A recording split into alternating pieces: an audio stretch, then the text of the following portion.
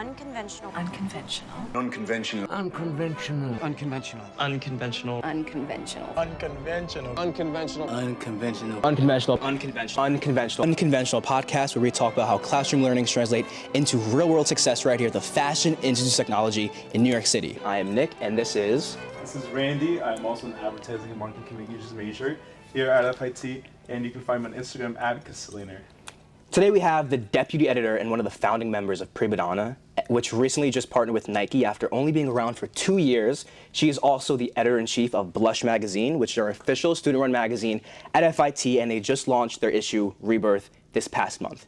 If there is any single person who works as hard as I do and can handle a dozen projects at one time, it is without a doubt Madison Collins. That's ridiculous. Why is that ridiculous? Why do you think that? Thank you. I appreciate that. You always have like 14 different issues you're working on. You're also a student, and then you do so much, and I don't know how you haven't burned out yet, but maybe we're both going to burn out at the same time, and then No burnout. But thank you so much for coming on. Thank you so much for having me. You look amazing today. Oh wait, thank you so much for having me on the podcast. I've wanted to say that. I've always wanted to say that, yeah. Why? I don't know, because that's what everyone always says when they go on a podcast. Oh my God, thank you so much for having me on the pod. And now it feels so professional. Yeah, right? A few weeks ago when we shot the Julia Corso episode, it's called From FIT to Forbes, Madison was in the corner watching, cheering us on, and I was like, you know what, one day we're going to have you. One day we're going to have you. And today, you're in the guest seat, so thank you again so much. I haven't told you this, but when Randy and I first started this podcast, you were like the #1 guest I wanted.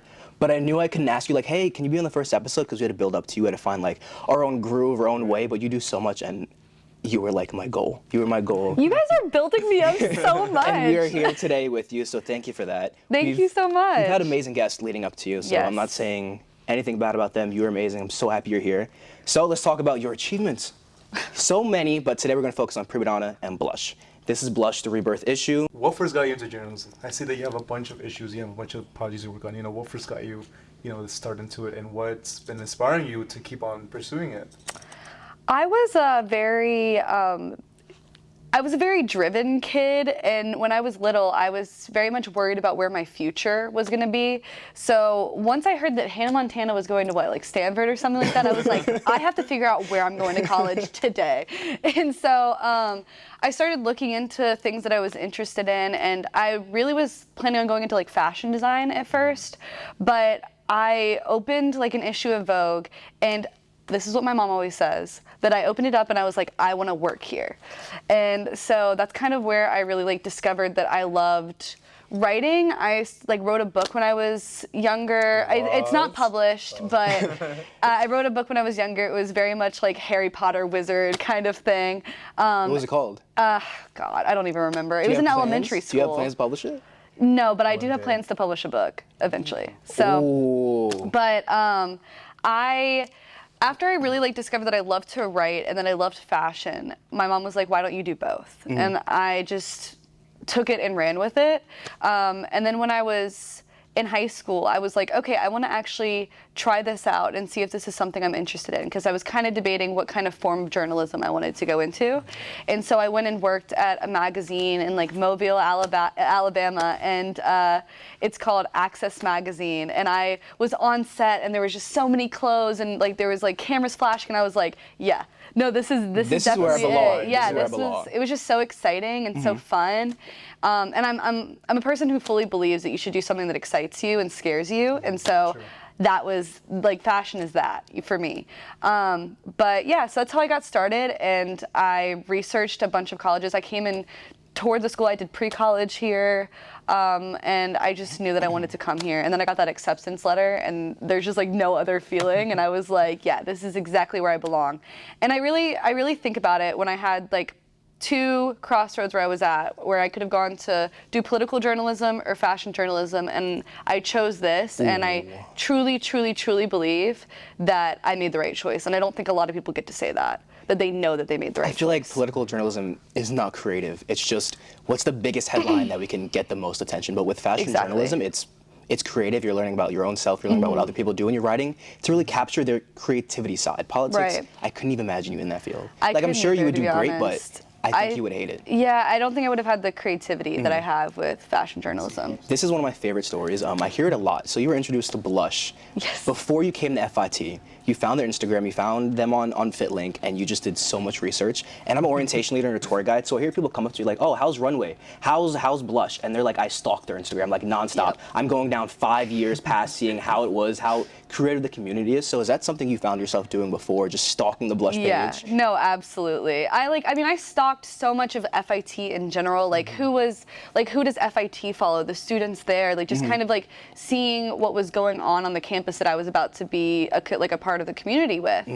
And I was looking at the different clubs. They even had like a cheerleading club at one point or Here? something. Yes, Wow, that here. sounds good. And so I would just like did so much research into the stuff that I was interested in, and I scrolled through the Blush Instagram. The one thing I will say is that I didn't really get to look at many of the issues. Like, yes, they had like the issue on they have like digital version on Issue, which we do as well. But I didn't get to see like new content from 2019 and 2020 because I came in 2021, and of course, COVID, and so Yeah. there wasn't any issues. So the earliest one I think is 2018, and Really? with magazines, this is something that Allison Leopold, who's a professor here, says all the time. Like, 1 year after the issue, it's dated. You Yeah. know, so it's not going to show what you can actually produce unless you see it within that year. So I really, whenever I got here, I decided that I really wanted to be a part of it because it was a magazine. That's all I wanted to be a part of. Like, I didn't care what kind of form it was. I wanted to be a part of it. And Hannah Brower was the editor-in-chief then, and she looked so chic, and everyone just looked so cool. And I was like, here I am from like Alabama, and I'm like, I want to be like this. Small town girl in New York Yeah, City. definitely. The story we see so many movies about and everybody wants, Yeah. but you are You're absolutely literally living the Yeah, dream. you're achieving Yeah. it. So I was lucky enough to get Blush a day early. I will always brag about this because Madison gave me an early copy. You're not supposed to tell anyone. Sorry, I didn't show anybody. Even my mother asked me, No. like, no, you can't see it. But That's the good to cover know. is beautiful. The theme is rebirth. It's this fire aspect. And something that's really cool is the model on the cover is named Phoenix. So I feels like that throws it all together. But I read the issue you gave me, and a decade has passed, and it is time for a new dawn. That is the opening quote for you or from you for your editor's letter.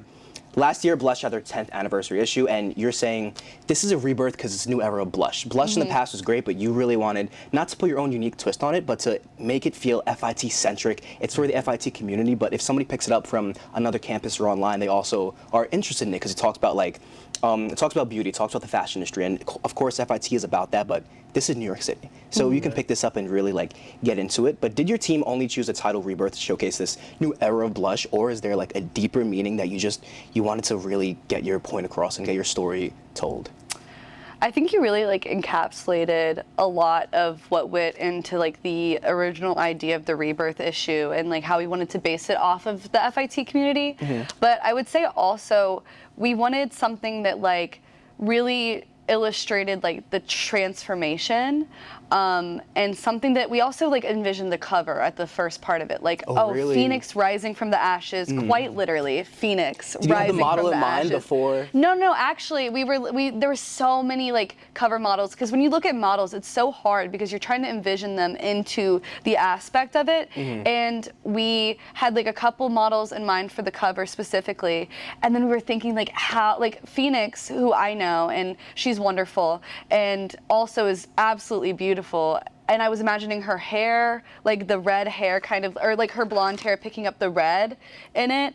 And it just made so much sense. It was almost like it was destined to have Phoenix on the cover of a Phoenix rising from the ashes. So It came together perfectly. It yeah, looks beautiful. I love she it. did amazing. It's such a nice story behind that, but another story that I feel like you won't know because it's a little Easter egg unless people know you. I went to your birthday picnic, and your boyfriend Andrew got you this nice, beautiful fur purse. And I looked at your little photo shoot, and all I see is Madison looking beautiful, and in her hand is a red fur bag, and it felt like everything just came together. It's so wholesome. Wow. I'll throw a picture on the screen right now so you can see. Look at that. It is beautiful. It is beautiful. I feel actually, it's so amazing because I actually didn't know he was making me that. He goes to FIT as well. He's in footwear and accessories. I'm going to plug him because hello. This is the second time. Julia talked about him. Yeah, I know. Andrew Kafer's Closet, but he made this bag for me. And whenever I was trying to figure out what I wanted to do for my editor's letter, I knew red was going to be a big theme of that because I love the color red. Rebirth is all red. It just felt like that really is what kind of flows throughout the issue. And his bag was like hell. It's like it was just like the easiest choice ever that I wanted to rep my boyfriend. And then also the shirt that I'm wearing is my roommate / best friend's vest that she made, Gabby, and she's amazing. Gabby Mansour, she's an amazing designer. So I just wanted to make sure that my people like were within my editor's letter because like they make me who I am as well, you know. That's amazing. So Always giving credit to it. And I love that you started as the social media. You were on the social media team. You went to the social media manager, managing editor, and now the big one, the one at the top editor in chief. So it felt like you got this goal years ago before you even came to FIT, and you crushed that. You crushed that, Madison. It looks really, really beautiful. Thank you so Before we much. hop into the rest of the issue, there's so much to unfold there. You talk about imposter syndrome. It's something I hear a lot of people at FIT talk about, but I've never experienced it. I feel like it's because I'm from New York City and you're from a small town. So you're coming here and you have so many eyes on you, doing so many projects with big names like Nike and all this other things. Tell me more how you try to overcome that, but not let it defeat you or not like deflate your motivation. I would say that a lot of people that come from small towns or just not in the New York City area where this is your life, this is your normal. I grew up knowing that I was different in some way. And I feel like a lot of people that move here kind of feel that way, that they weren't destined for small town life, that they were destined for something bigger or whatever you feel of it. Like that you are destined to go to New York City and be with this, like the millions of people and be a part of something. And so when you move here, and then you realize that everyone feels the same way, it's weird feeling that like you aren't as different as you think in a certain way. But also, I would say that like I'm like losing my train of thought, but also sitting next to people at FIT where sitting next to me is Forbes under 30, Julia Corso, and you know Gabby Mansour, who Tom Brown said that her designs are amazing, and just like knowing that all of these people are doing so many great things, it's like, why am I here? Like, how did I get in? Number one, but then how am I actually accomplishing stuff that I want to do? Because yes, we're putting the work in, but it never feels like you're doing enough or that you almost deserve what you're getting because you're just a little town, like small town girl, and then you're in New York City and you don't lose that immediately, like after 3 years of being here. But I would say the way that I overcome it is that yes, comparison is the thief of joy. And I think that you should allow yourself to be like, okay, yes, they're doing all of these cool things, but people are feeling the same way about me. Yes. And I'm feeling the same way about them. And that's what I kind of wanted to talk about in my editor's letter, is that we are all pushing each other to be better. Because at the end of the day, yes, I feel like I'm an imposter, but I'm going to keep on working until I don't. We were both raised in New York City, and there's always this notion if you can make it here, you can make it anywhere, and it's no longer just this quote from a famous Frank Sinatra song. It really feels like if you can make it here, you can really make it anywhere. There's so many connections here. And also FIT Central, if you can make it here, if you can really like come out of your comfort zone and join Blush, join Runway, and just talk to people, you'll never know who's next to you. If it's Madison Collin, if it's Randy, if it's me, if it's Julia Corso. So just network as much as possible, speak to people. You don't have to be in college, you don't have to be at FIT, just speak to people. But I've dealt with low motivation and like getting bored of projects, but just that imposter syndrome, I hope it's not creeping up on me, but also I feel like we relate on so many things and we have so many projects, we never have time to really like be like, oh, I did that, I accomplished this, I have so many achievements. It's like, what's the next one? What could I have done better? Or you just like critique your own work, and it's something that I hear a lot of successful people deal with, but when you're doing so much, it feels like it's just gonna happen. I feel like burnout is a part of the process and it's part of the road to success, but we all relate so much, we're doing so much. You're about to graduate, I have 2 more years, you have 2 more years, so we got this. We got this. Yes. Keep doing more projects, keep doing bigger projects, but you talked about this issue, described it as this collaborative process. One event that I really love is your street fashion event. It feels like this year Blush was just really involved in FIT. You worked with the Black Student Union. And I remember walking past the Breezeway, a little area outside of campus, and everybody was lined up waiting to get their picture taken. And you told me about the initial idea, but tell me how that really helped build the community of not just Blush, but FIT, kind of combining with Blush as one huge entity. Right. Originally, it was me and Maya. We were discussing like concepts that we wanted for the issue, and we had talked about how we the street fashion is a huge part of like the campus culture and how people come and take videos of us. And yes, that's something that happens, and it kind of, the narrative that keeps on going along with it is like, oh, like, so, you know, no one wears sweatpants or like whatever. But I feel like there was more to dive into about like, how are these people asking for consent to take these videos, and how does it actually affect your mind when you're choosing what to wear? And so that's what we kind of talked about, like how people actually feel about our pictures and videos being taken on campus. And so when we were thinking about it, we were like, oh yeah, we definitely have to talk to students, talk to people about like how they're feeling about it. But it's like, why not also bring that photo shoot on campus and actually take pictures of, with consent, of what people are wearing? Because my biggest thing is that we just have the coolest community here ever. Yeah. And I do feel like this issue, we were able to really show that, and like through things like street fashion and talking to people on campus and bringing blush out of it being a photo book or a magazine, and actually making it a club where people felt community within certain things that we did. And I feel like it's always like this fashion show when you're walking across the breezeway. It's a class, and people put so much thought into their outfits. So I'm glad you got to really take pictures there without having a huge professional studio, and then showcasing some of the outfits in blush. That's so true. And you know how always, like, when you on TikTok and you see like outfits for the first day or first week, Yeah. everyone always looks at FIT. Yes. It's Yeah. always at the top of people's charts, of people's radars. But anyways, you wanted every article to be about FIT or FIT related, and we saw that you use your headlines as a way to do so. So can you talk to us a little bit about that? Yeah, we instituted like the on-campus section, and we were able to really like illustrate the FIT community, like niches. That's something that's going to be continuing. Maya's planning on continuing it as the next editor-in-chief. She's the current creative director. But for all of the headlines, we wanted something that was going to reach out and make you want to read it, because I do feel like in the past it's been really visually beautiful for every Always, issue. yeah. But article and editorially, there's a lot of times as an avid reader where I didn't necessarily felt compelled to read some of the articles. So every article that we had in here was something that I wanted to read. It was a question that I wanted answered. Like, for instance, like I'm thinking of like the Armor of Innocence, where it was about like how people are, you know, Gen Z is dressing up like mermaid core and things like that, and how we're using that to combat like what's going on in the world kind of thing, and like how we're playing dress up basically. And we did a shoot at the Belvedere Castle with a knight and a princess, and it was so beautiful, fun. It was a really, really fun shoot too. But so I just think that we were trying to pull like culturally, like fashion wise, things that would relate to our audience. And I think that's the only way that you can actually get people to read your things, if you know who you're writing to. Yeah, because it's the FIT community and you're an FIT student. Right. There was 3 articles that really caught my eye. It was called Peaking Too Early, which is something I fear, and I feel like a good amount of people here really fear peaking too early, whether that's in high school, college, or right after you graduate college. And that headline just grabbed my attention because I can relate to it. I know others can, so I read that. I loved it. The second one is titled Tragedy at the Hands of Fashion.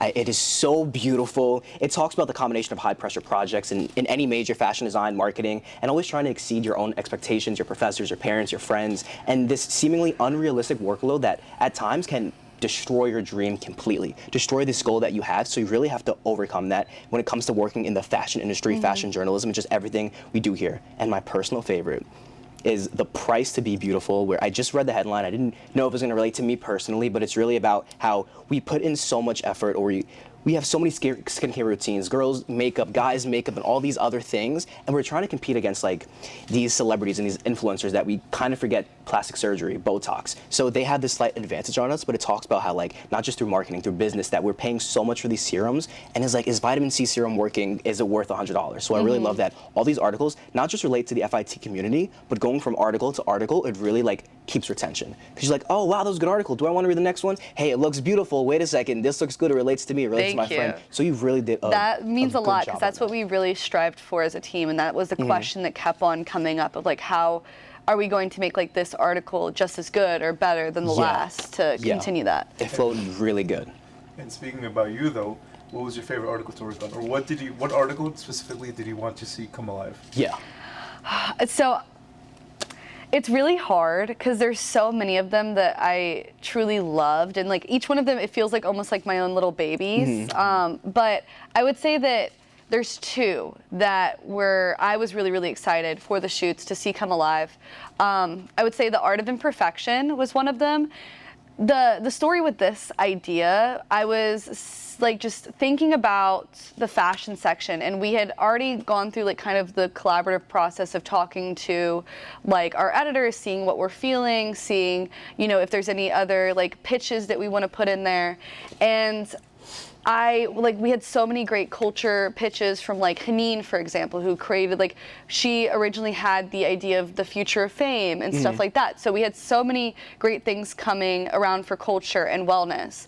But for fashion, I just felt like it was lacking. Yeah. I just didn't feel happy or excited about it, and so I was like, we're scratching this, we're scratching that. And I have like a little notes app where I have my like just all my concepts, and like I just have like little things that I would like to write about eventually. And on there was the art of wabi sabi, which is like the art of imperfection basically. And I started thinking about it, and I was thinking about how we originally, you know, had clothes that were functional, and you would have clothes that lasted, and then it turned into more consumerist, and it was a consumerist society of like, then there was like luxury goods, and like that was what's popular. And now I feel like handmade goods is what is popular. I mean, my earrings are handmade, jewelry for cool people at We'll get a FIT. close-up of those. Did you make those? No, this is a brand, jewelry for cool people. They go to FIT. Oh, I thought you were just saying it's only for No, cool. it's like that. It is for cool people. But yeah, like, so I just handmade goods that are imperfect, and you want them to visibly be imperfect, because otherwise how are they going to know that it's handmade? And that's really what gives you like the clout, for lack of a better word. And so I really was interested in how the article was going to turn out, and the writer did an amazing job. And they interviewed really, really cool brands like I Am Nova Zoe, which is Nova Krasner's brand, and they make handmade knitwear, and we used a lot of their clothes in the article. And so I just thought that it came alive, and it was exactly what I wanted. But with Tragedy at the Hands of Fashion, which is my other favorite one, it exceeded my expectations of what I wanted, or it just came to a point of I didn't even know what I wanted, and it was beautiful. Our original idea came from this was actually something that like Maya and I were talking about, and there was an image of Alexander McQueen's Golden Shower collection in 1997, I believe. And there's just this picture of this girl on the runway, and it's just like rain is falling on her, and it's like this. And we got that photo. Yeah, no, it was beautiful. It was so much like the inspo picture, but then it was more than I could have expected, because we were able to find a rain studio, actually Pilar Bradley. I was talking to her about the idea, and she was like, wait, you know, FD Studio, which is somewhere that Primadonna shoots a lot, has a rain studio. And I was like, how cool would it be to actually like, so the pictures are not edited. Those are actual raindrops. Wow. And so we were actually at a rain studio, and Juliana, the model, was actually in the rain, getting drenched for the photo shoot. It was so cool. And just like the styling was fantastic. Shelby did the styling. It was just everything that I could hope for and more, because then Aaron Black, the graphic designer, comes around and makes the graphics absolutely insane. Yeah. And there's this one pull-out quote. Maya wrote the article. And after all, you're only as good as your last collection. And it's this picture of Juliana in the rain, and just like, it's just amazing. It's my favorite. It has to. I love every article, but Tragedy at the Hands of Fashion is my favorite. Do you know which one I thought you were going to say? I thought you were going to say it was your favorite to work on Never Too Late. Because I remember you talked about that, and you were stressing for a little bit, because Never Too Late is about the older generation of people coming to FIT, people in like their 40s or 50s. And I remember I had this class, and it was a US history class, and this girl was like in her late 50s, and our professor would like talk about stuff, and then this student who was in her late 50s was like, oh, I remember that day. And then she would like take over the class accidentally and like tell us like this whole story. It was during COVID, so it was like virtually. And I was like, wow, it feels like I'm not just reading a textbook. I can actually get a sense of how it was to be there, not just like this written history thing we always hear. I got to see like somebody's raw emotions going through things like the JFK assassination and things like that, things that we talk about in history class, but we never get like the sense of how was it to be an American there? How was it to be alive during that time? So I really thought that was going to be the one you were going to say. I loved that one too. I mean, I could talk about every single No, yeah, one they're all about amazing. how much Yeah, I love absolutely. it, but Never Too Late was a really, really cool one, and one that we really wanted to do from the very beginning. We were just talking about, like, Maya was talking about how she has some, like, she's an RA, and she has some residents that are, like, a bit older than, like, our normal 20s. And it just was really interesting because my question was, like, how do they find community here? And so it was really based on a question of what I was wondering, how they build community here and how their experience at FIT is. And through the article, like, you know, our writer discovered that they build community just like any of us, and that they have a great time here, and they're coming back for more education, and they're really trying to pursue their dreams. And I just think it's really, really cool. And Priscilla, our model, actually was in Andrew's class. That's how we knew her, and she's fantastic, and she's really talented. And I just think it's so cool to see a different side of FIT that maybe not a lot of us are aware of. Yeah. So. People look at these older people and they're like, oh, why are they here? And some people think, oh, they dropped out of college, dropped out of high school, but some of them come back just for like another degree. Like they're not like this failure people think. They're not here because this is their last chance. They really just want, like, oh, I want another degree. They're like already have 4 degrees. So it would suck to look at somebody older, be like, oh, why are you here? But talk to them, talk to them. I'm sure they actually have really good insights from the fashion industry, whatever major they're in. So I love that you shine light upon such a small part of the FIT community. Because we have small majors, but like even a smaller demographic of people is something that there's, so it's so niche, like you have to shine light on that. So I'm really glad you got to bring that to everybody's attention. And never too late is just like a great word to use because like in honesty and everything, it's never too late to do anything. This was my last semester. For the past like 2 or 3 years, I wanted to do a podcast, something FIT related.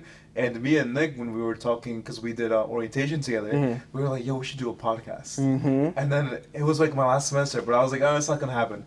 And then we were like, yo, let's just do it. Let's run it. And we made it happen. And then it goes so well into like just everything that people do, encompasses in business, encompasses in, like you said, education, stuff like that. It's never too late for anything. So, Completely absolutely. agree. I have a really good question. I really thought a lot about. As you graduate, you have 3 more semesters here. Yes. So as you graduate, and let's say a few years down the road, will you still pick up an issue of Blush and really just look at what the team is doing? Oh, absolutely. And if you do, would you think if you're working in this crazy journalism industry, you would really like an article and be like, hey, you know what? I like this student. I like this article. I like this graphic design. Maybe I can work with them. Maybe I can hire them, give them an internship. Will you keep an eye on Blush going forward for as long as you can? How could I not? I mean, it's like... It's your baby. Yeah, I mean, you grow such a connection to the whole, like, I mean, not company, but club whenever you're a part of it. I mean, I can't wait to see what the next team does and what they're going to change and evolve. We were actually...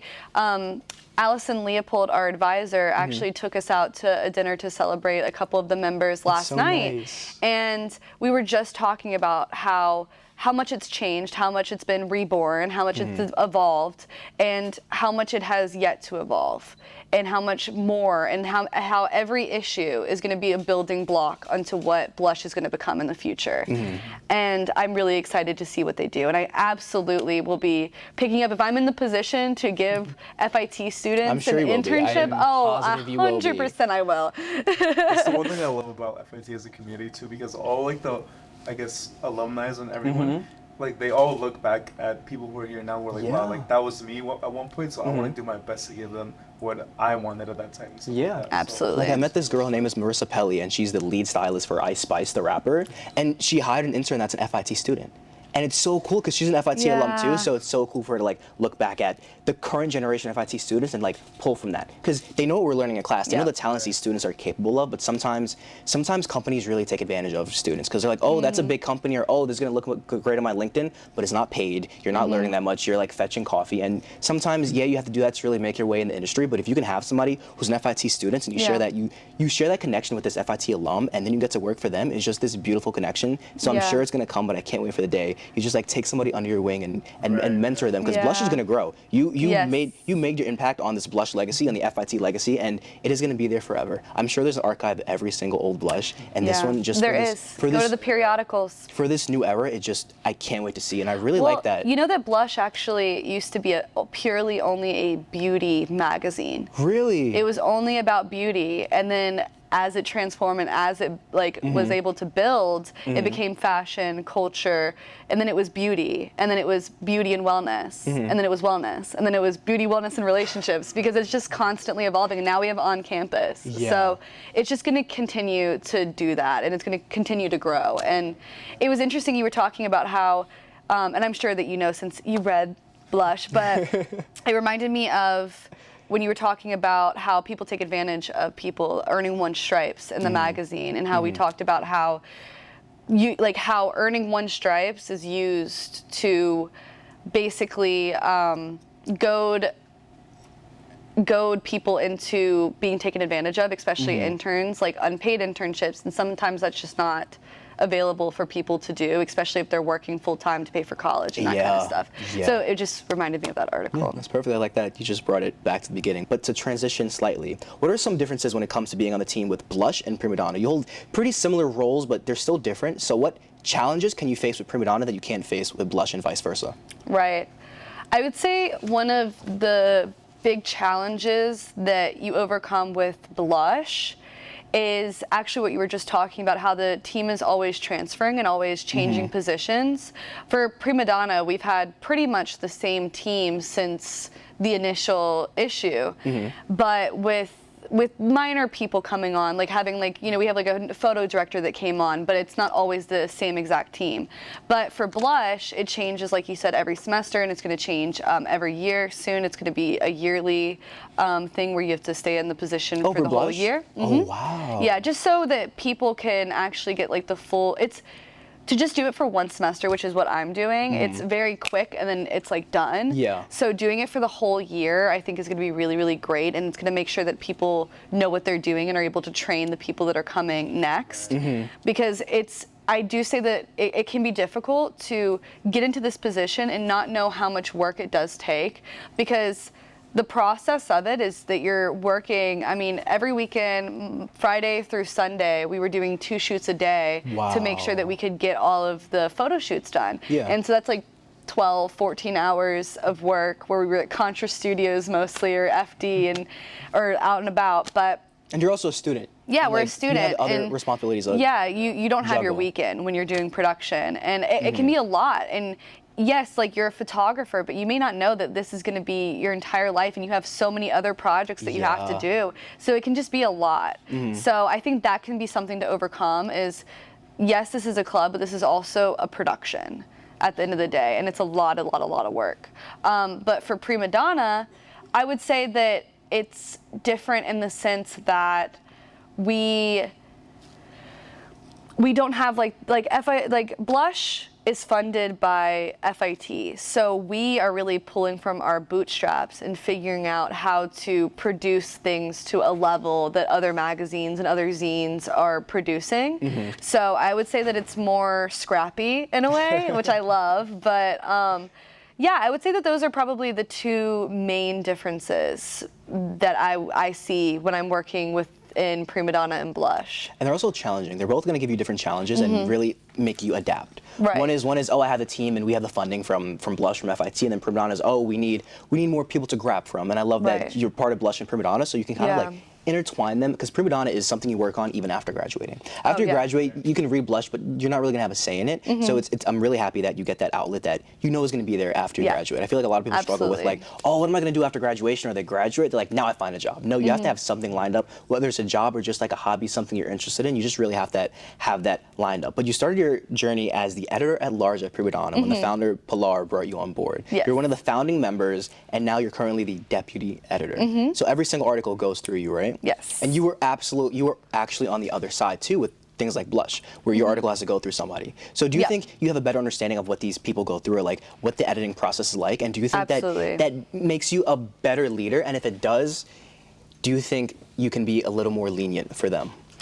Yes. I also think because I've been in the shoes of different avenues of Blush, like with social media and stuff like that, I'm able to understand the roles better and understand that like social media, you can't just, post a picture and expect it to get a bunch of likes. You know, you have to have something engaging.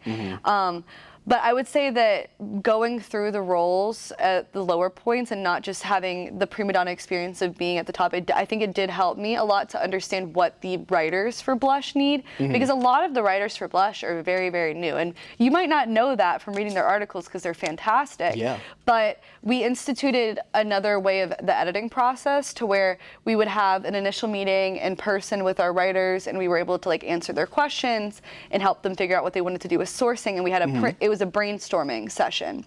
So we had that, and then we had like a situation where we always would edit their things, but having kind of in person to like actually like talk to them and be there for them and stuff like that, I think was really, really, really helpful. And that's what I wish that I had, to know how to source and how to report and how to find in like interviews with people when I don't know anyone here. Yeah. So I think that we were able to really, really help a lot of the writers in that sense.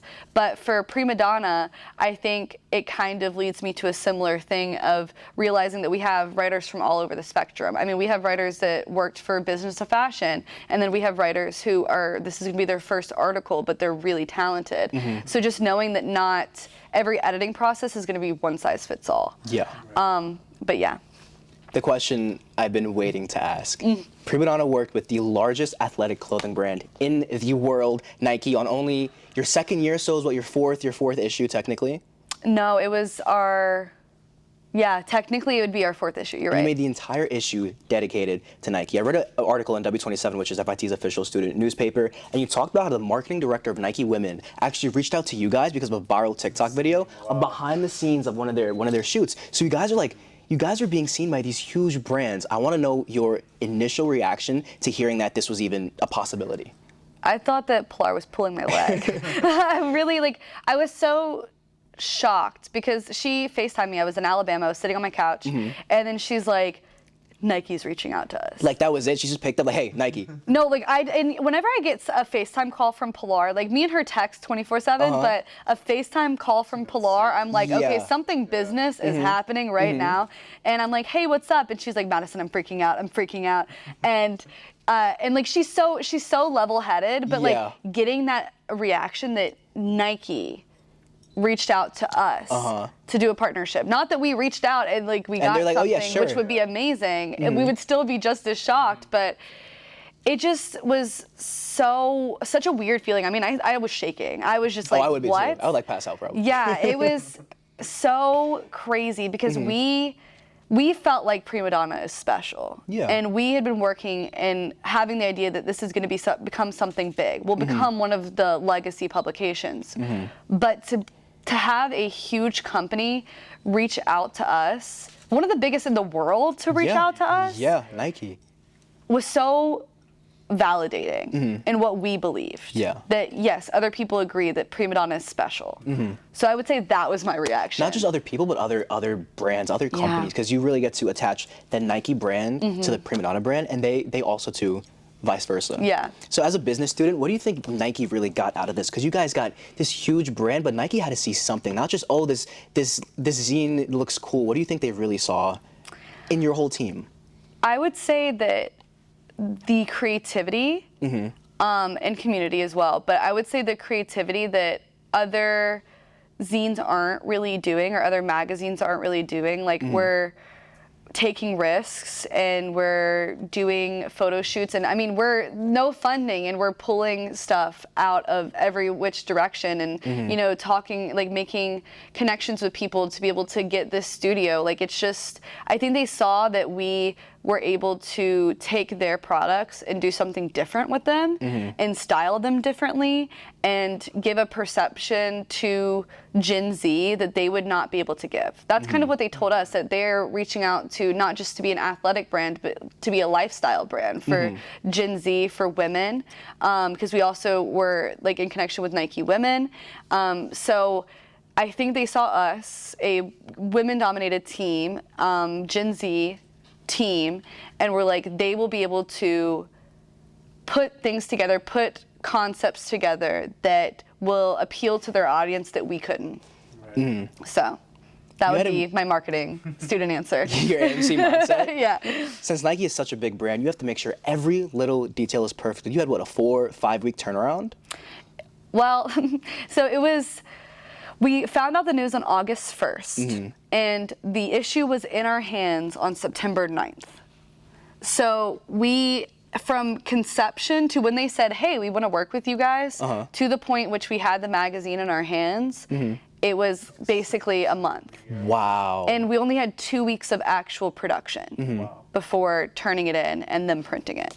So, do you know why I'm laughing right now? Why? I remember we have a class together and you were sitting next to me, and every time Madison got a text message, she would lower her brightness. And I'm like, what is happening? I'm like, what do you not want us to see? And it was like the entire class, and every time she got a text, lower and then brighten up. And then like I think it was a week after, you announced it on Instagram. I was like, oh my God, that makes sense. Yeah, because I didn't want everyone to know that we were, like, and Rachel, she was the one that was like, what are you doing? Why are you being so sneaky? It was just so suspicious, but I mean, you want to keep something that big under wraps, because then if it does fall through, you don't be like, oh, we could have did it, we could have Right, done it. exactly. And also just like, because I think everyone was stunned. It was like, what? Primadonna and Nike? It's such a big achievement. You don't want it to, you want to announce it in your own way. You don't want to be like, oh, Primadonna's working with Nike, and then you announce it a week later, like, oh yeah, I already know that. Yeah. So you guys really did good with that. I'm glad. You know what you should get? Just get like a privacy screen protector. So I nobody needed to. I know, because there were so many texts going in the group chat, and I always have to like keep making sure that everything is like on top of everything, that the deal didn't go through or whatever. Yeah.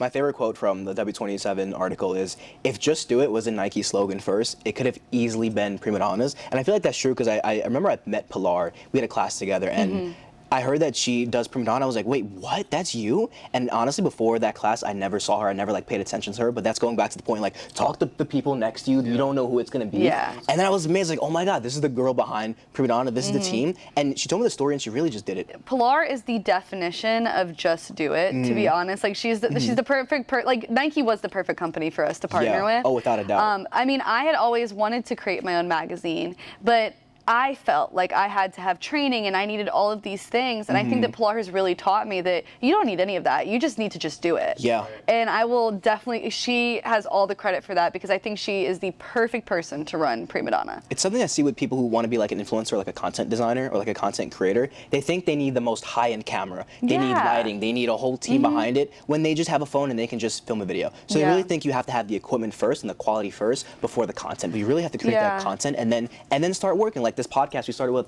one camera. Now we have two cameras. Now we have lights. Now we expanded the team. So it's really about just taking that first step and just saying, let's do it. If it fails, because people so come what? along. Because that's the thing. I mean, we started with 20 people on our team when we first started. I mean, I just met Pilar in a random dorm room, and she was like, "You're cool. Let's do this together." And I was like, "Okay." I mean, and now it's turned into this whole full-fledged, humongous team of people, and now Pilar has so much backing. I mean, with the way that I see us running is that there's Pilar at the top. She's at the top of the little triangle. And then there's me and then Monica, who we are all FIT students. But Monica's creative director and I'm deputy editor. And I'm basically the editorial direction, making sure that we have stories within the concepts. Pilar is the conceptual. And then Monica's the visual. So like she has backing on everything that she wants to do. She's like, I have this idea. We're like, okay, let's make it happen. And then we have a full, huge team that's like, yeah, let's do it. So I just think that you start something with 20 people and then you end up getting 900 applicants on our, it grows. You guys are across the country, right? Yes. So we have people, especially writers, that are all over the place. And then we, of course, have people all over the city. Like, yes, we have FIT students, but we have people from Parsons. We have people from NYU. We have people that flew from LA to come model for Primadonna. Wow. So it's just like, when people see a vision, they want to be a part of it. Yes. Absolutely. And when they see execution on that vision, they're like, oh, I have to join. Yeah. Can you show that camera the Nike issue? So what makes this issue different? Is it true that every single piece of clothing in this is Nike? Not every single piece. Also, it's a smaller issue than our other ones. We only have like 5 concepts in it. But what they really wanted was, I think the number is like 80% Nike, 20% small designers, because Nike NYC, which is the extension that we worked with heavily, they really care about working with small brands from New York City. So we have, like, for instance, like Nova Krasner, like we have her designs in here, and like we have other people's things. But yes, it's a lot of Nike. I love that photo shoot of her just on a bed In the Soho? middle of the street. Bro, How did I that- know. We were just we were thinking about what we wanted this issue to be and just kind of the feelings that we get from Nike and Primadonna, and what came up was Daydream. Also, every word and every article is mine, and I feel very proud every of single that. article? Yeah. So, and Wow. like the little like sayings that go along with it, which is the deck, but the city that never sleeps but is always dreaming. So like That is beautiful. we were Madison. playing on the idea of like cityscape and the themes that go around with it. And then for Outerverse, this was more about like the functional like use of the clothes. So like fashionable but functional, the outerwear that keeps you grounded, because we kind of wanted to do like a alien spacey kind of theme.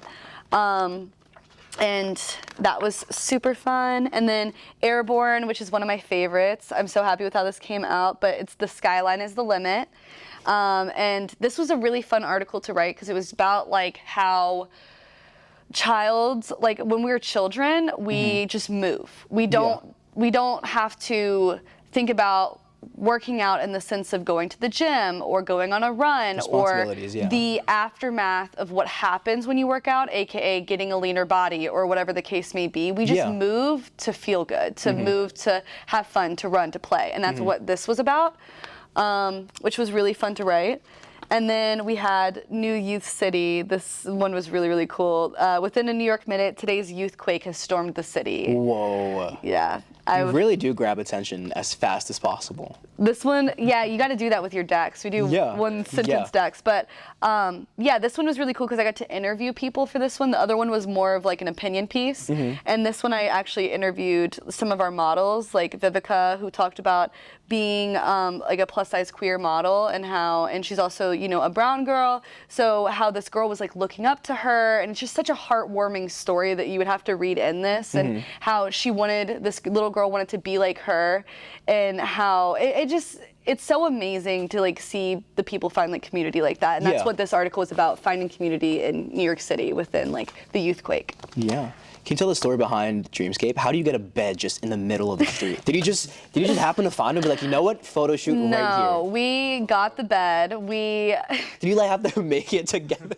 Well, we were talking about dreaming, so we were like, duh, bed. And so we were like, what if? Wait, guys, hear me out. What if we created a bed? We like ordered a bed, and then we got a U-Haul, and we made the bed, and then we brought it into Soho, into like a random street, plopped the bed there, and then we did a photo shoot. And it was also raining that day, but it cleared up just enough for us to take the photos. That's such a cool story behind the photo. Like that's so creative, and I feel like that's so much work, and it looks beautiful. So to absolutely play it off for that. It was Nike. We had to just do it. Perfect. Like they have to hire you right now. Just do it. Just do it. And it was only based off Nike too. So from what I know, that it's kind of hard to make an issue just based off of one brand. Yeah. And you still did it. It is. It's easy when I think the brand has a story and something that you identify with, and also just like talking with them. And I felt like it kind of flowed. It was very, very easy to come up with the concepts after we came up with exactly what we wanted the theme to be and what we really wanted to illustrate, and realizing like who our audience is. Yeah.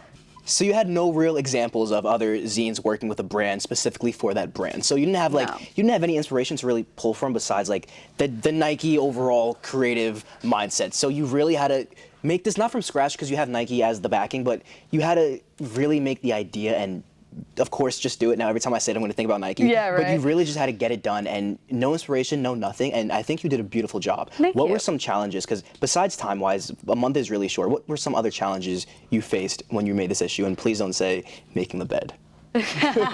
No, I would say that, even though that was difficult, I would say that like, yeah, trying to basically making the rules for ourselves on what this was to look like, what this kind of campaign was to look like. Yeah.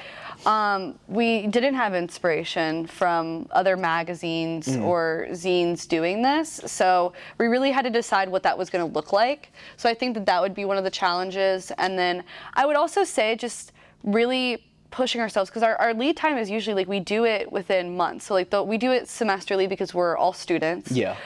So we put out the issue at the end of the semester. So that's months of time. We had a month of time, and we had to really push ourselves to see how much we could take. And I think that really, I'm so glad that we had that experience for so many reasons, but a huge one is how our team works post Nike. And it's just That's that true. we know that we can do it. Yeah. We know that whatever we want to do, whatever concept that we want to do, we can do it, and we can do it time efficiently, and that time is not a thing anymore. Like doing that kind of thing in a month and having it like printed within that time too, our issues seem easy now, and I'm so glad that we have that, because now it's just our whole team also bonded so much of it and became so much so close knit from it that everything just seems like fun, passion, and easy. So I feel like Nike is really watching your next move, because we haven't seen this before, but I'm sure when people or individuals work with a big brand, it's like, oh, I made it. Like I'm like this is our pinnacle, we made it. But everybody's watching you right now, and I'm sure issue 5, it's coming out what day? Yeah, so this one will be our issue 4, because this was I kind of think of it as like a novella, like how it's like Limited edition. Yeah, like limited Cityscape. edition, like 3.5. But our issue 4 is coming out December 15th. Ooh. And it's going to be really, really, really cool. Really? Like, I am just so happy to be a part of 2 amazing magazines this semester, because y'all are going to die over the cover. All in the same month? I know, and it's gonna be really, really cool. How did you do that this past semester? Because you worked with Blush before, but not in such a high role, and now you're in a high role with Primadonna. So how do you have the time to do this and still be a student? I would say that also because the Primadonna team knows me and knows how much I care, that they definitely gave me a bit of leeway on I wasn't at most of the shoots. Like I came a little bit before, I went to some of those shoots, but also like I took more of like an editorial direction role, and then came in at the very end and looked at the articles, where normally I'm a part of every part of the editorial process. So I would say that like having a team that knows that I care about them and knowing that I'm not slacking was a big part of that. But also like for Blush, I mean, it was just, you had to be at every single shoot, you know? And then I was able to time manage. I have a great calendar. That's what I think is the key to success. I use Notion, and it's a blessing, because I can just be on I'm not sponsored by them, but they really should, because I talk about them all the time. But I have like my calendar on there, everything I need to get done, I just put in a to-do list and I just mark it off, and I still end up getting at least 6 hours of sleep, so. Solid. One thing I noticed about a lot of people, or a lot of the people we've had on this podcast too, is that a lot of them also, they're big on their calendars, they're big on time blocking, stuff like that. So if it goes to show, anyone who's struggling to be organized, get on that. Yeah. It's like the biggest life hack ever, because once you get used to it, because you just have to get used to the idea, and I think that digital works for me just because I can be on my computer and do it, or I can be on my phone and do it, so I can be with my calendar at all times. But I know so many people who use a physical calendar and just bring it around with them at all times. I think you just need to get a system that's outside of your own head, because I used to be a person that's like, oh, I'll just remember it. But at the end of the day, having it in front of you, it really, really helps you time manage and know this is what I have to get done at this time. And sometimes I plan my days by hours of just like from 11 to 2. Like for today, I was like, I'm going to get lunch at this time. I'm going to the podcast at this time. I need to pack up at this time, you know, like, so I just say that that's a big, big part of being able to succeed in what you're trying to do. But definitely start small. Blocking your day by hours sounds anxiety inducing if you start like that. So if you have like 3 things you have to get done, put it on the calendar, and as you go week by week, really focus on how long these things are taking you, and then start doing it hour by hour, 2 hour, 3 hour. Just really don't get it down to the minute, because you're gonna have leeway, but just really make your own layout of your day, because this is your day, and spend your time how you want to. If you want to get something done, have discipline and just make sure it's written down. Because yes, you can carry a calendar with you wherever. You can have your laptop, your watch, your phone, whatever works for you, just get it done. Just, Madison, just do it. Just do it. And you were talking about burnout earlier, and I think another thing that really helps with that is, yes, getting everything that you want to get done too, but make sure that you have an outlet of some kind, whatever that is. Making sure that you're hanging out with your significant other, making sure that you're hanging out with your friends, making sure that you know what, I'm gonna go and get tea and go to the bookstore and have a good time.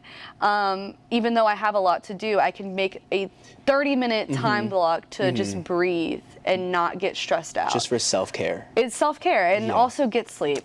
Guys, you Oh, can't. sleep is so important, Sleep like- is so underrated. I know it's so hard, especially when you have so much to do, and sometimes you have to pull an all-nighter. Like we pulled an all-nighter to get this issue 4 that's going to be released for Primadonna. We started at 9, ended at 6 in the morning, 7, and sometimes you have to do it, but Yeah. really prioritizing sleep as well will get you pushing through your day. Now let's do our infamous fit check, but I want to put a spin on it. Something me and Madison did in the class we have together is you showed me a very, very early concept of blush. And you were talking about the street fashion event. And people always have different outfits. Sometimes put more thought into it. But we started doing this thing, just me and you, is, hey, what are you wearing today? But why did you choose that? What was the thought process behind that? And then we started asking like Rachel and like other group members. Yeah. And it just became like this team bonding thing. The story behind why you chose the outfit, the story behind why you bought that accessory. And sure, sometimes it's like, oh, I was just lazy and threw this on. But some days it's like, oh, I got this one accessory and I wanted to match my entire outfit around it while also showcasing the mood I'm feeling today. Yep. So Madison, what made you choose this outfit today? Let me tell you. So I started out with my top today because I wanted to wear something red because Rebirth is just very red to me. So I haven't worn this top in a while, so I was like, oh, this is cute. And then I wanted to wear a skirt because it's still kind of warm outside, like it's not like freezing. So I was like, oh, I'm gonna wear this red skirt with it. And then, oh, should I say where I got these things? I thrifted this. These shoes are my grandmother's, and I wear them pretty much any time that I'm wearing like a skirt or something. It's just, it feels very like chic and natural and like easy to wear, and they're comfortable so they don't hurt. This necklace was given to me by Andrew's stepmom, and it's very cute. I don't usually like very like logo, like having your name like here or anything, but I felt like this was very cute, so I like this one. This watch, it has Betty Boop on it, and it says, girls just want to have fun. And I got this thrifting. These rings are my Nana's. This purse I absolutely love because it's the perfect size to put magazines into. All the magazines you work on. Yes, no, like it's literally like it's perfect. I almost didn't buy this when I went because I thrifted it, of course. I almost didn't buy it, but when I saw that it could fit magazines like this and it has New York all over it, I just had to. And then these earrings, which I just rep all the time because I just think that they're so cute. They're little cigarette earrings, and they're from Jewelry for Cool People, and they're really cool, the person that owns the company, so buy from them. I love the story behind that. Good. Randy, go for it, I'll go last. Okay, mine is pretty basic. Zara shoes, because I don't know, black shoes I guess go with everything. Pants are also from Zara. I feel like, I don't know, they're just good pants to wear for today. And then also sweaters also from Zara, so I'm big on the Zara today. The reason why I did this one because it was, like Madison said, it was not cold today, but if I wore this with a jacket, I feel like I would have been sweating. Yeah. So it's kind of humid today, so that's why I chose this.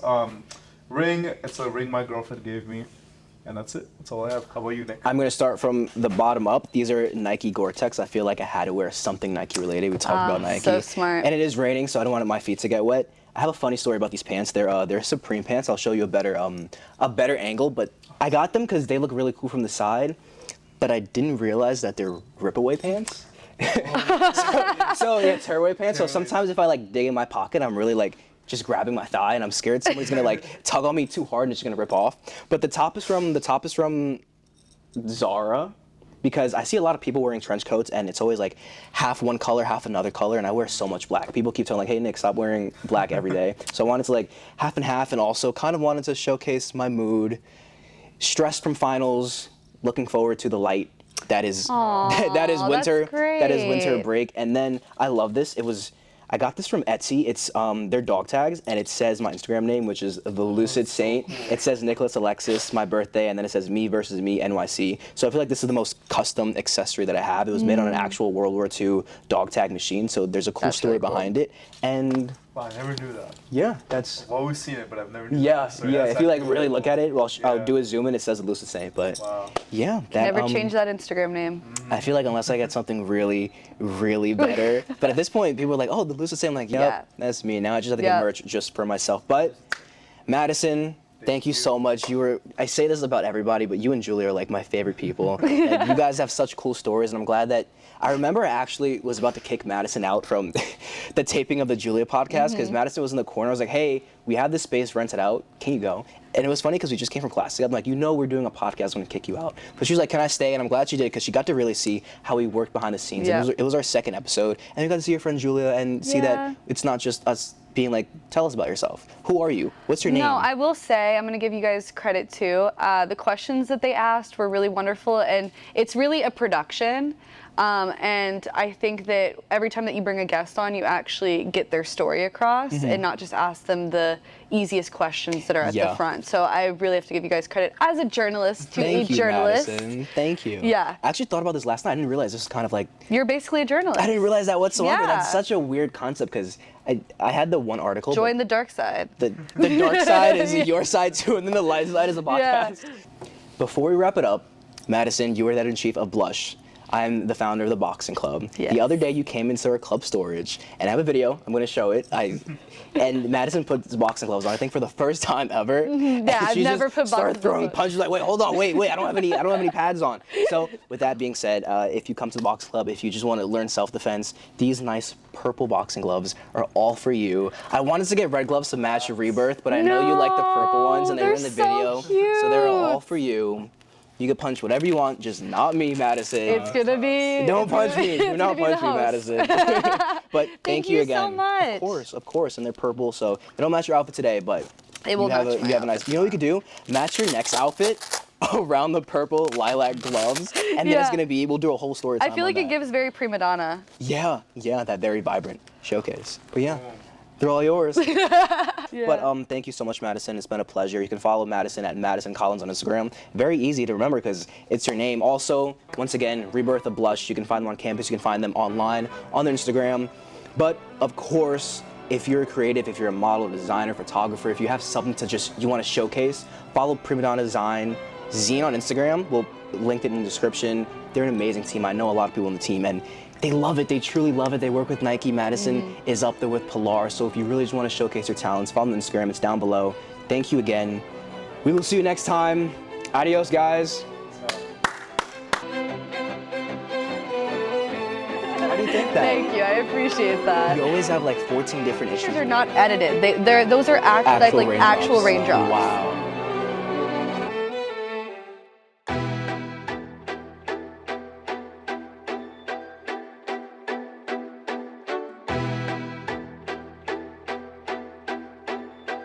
All right, awesome. We'll clip that. Put them both on, and then let's get a picture. What's so funny? You were like, yeah, put this on right now. Okay, businessman. Like,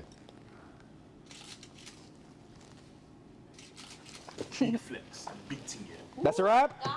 All right, now we just need B-roll, and then we're done. Can you press stop recording, please?